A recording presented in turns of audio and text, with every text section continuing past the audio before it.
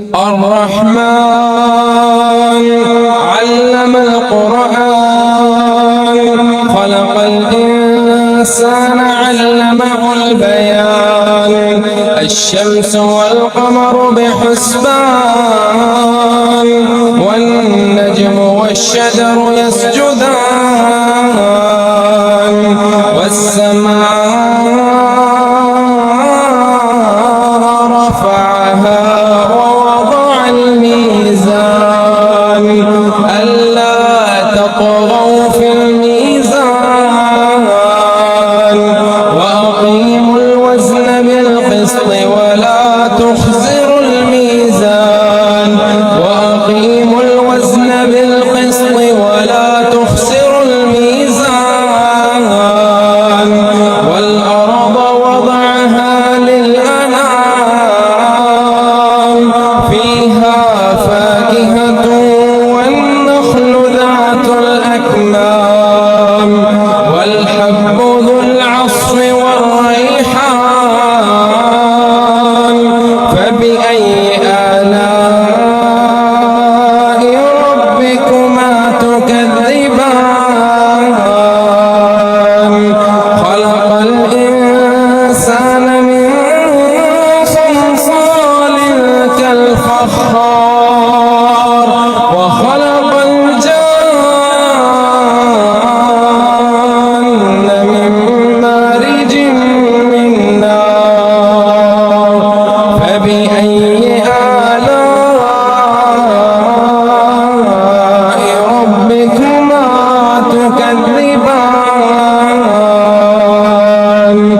رب المشرقين ورب المغربين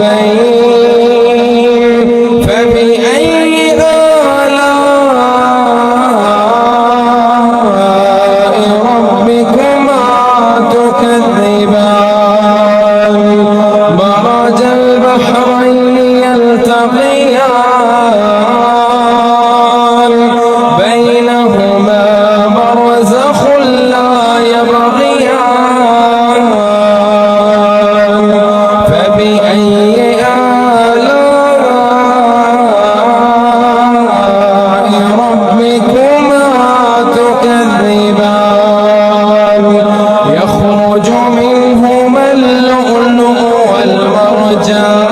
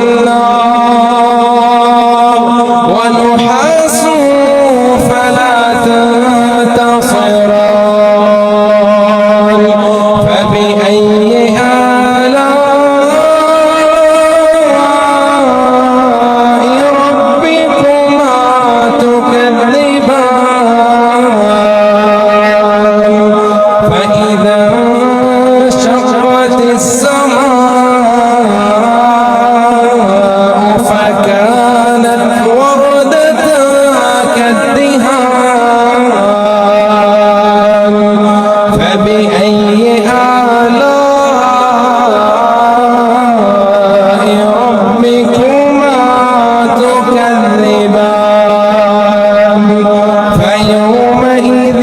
لا يسأل عن ذنبه إنس ولا جان فبأي آلاء ربكما تكذبان يعرف المجرمون بسيماهم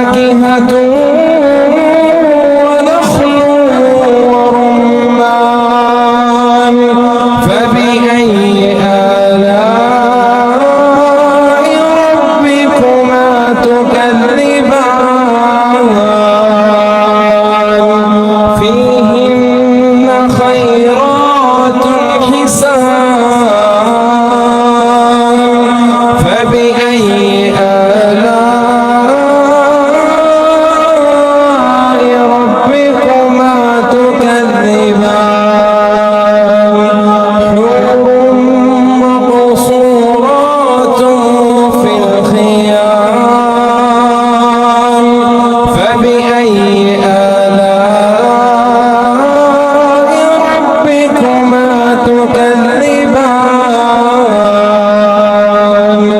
لم يطمثهن إنس قبلهم ولا جان فبأي آلاء ربكما تكذبان متكئين على رفرف خضر وعبقري حسان فبأي آلاء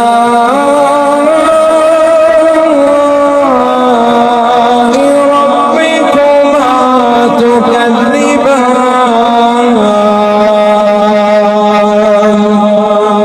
تبارك اسم ربك ذي الجلال والإكرام।